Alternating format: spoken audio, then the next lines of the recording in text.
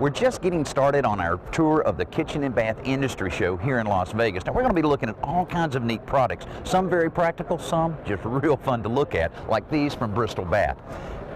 Now this is an old metal drum that they've actually recycled. We looked at this last year, but now they've added drawers right to the bottom of it. And this is such a great idea to be able to reuse a lot of materials that otherwise would end up in the landfills. And you've heard about the problems with old used tires filling up the landfills. Well, look what these guys have done. They've used the tires, they've sanitized them, they've painted them, and it makes for a perfect, unique little sink basin. Now they've also done the same thing with a wall-mounted version here, real bright color, mounted to the wall, and even use the lug nuts to accent the mirror. Now we've gone from looking at a sink base out of an old used tire to a sink base from an old wooden wine barrel. You know, you've seen these used for planters around your house and that kind of thing. First time I've seen it used for a sink basin like this. They've even taken one of the metal bands and used it for the mirror like this. Now this line is called Second Chance for obvious reasons, and there's a lot of products here that are very environmentally friendly.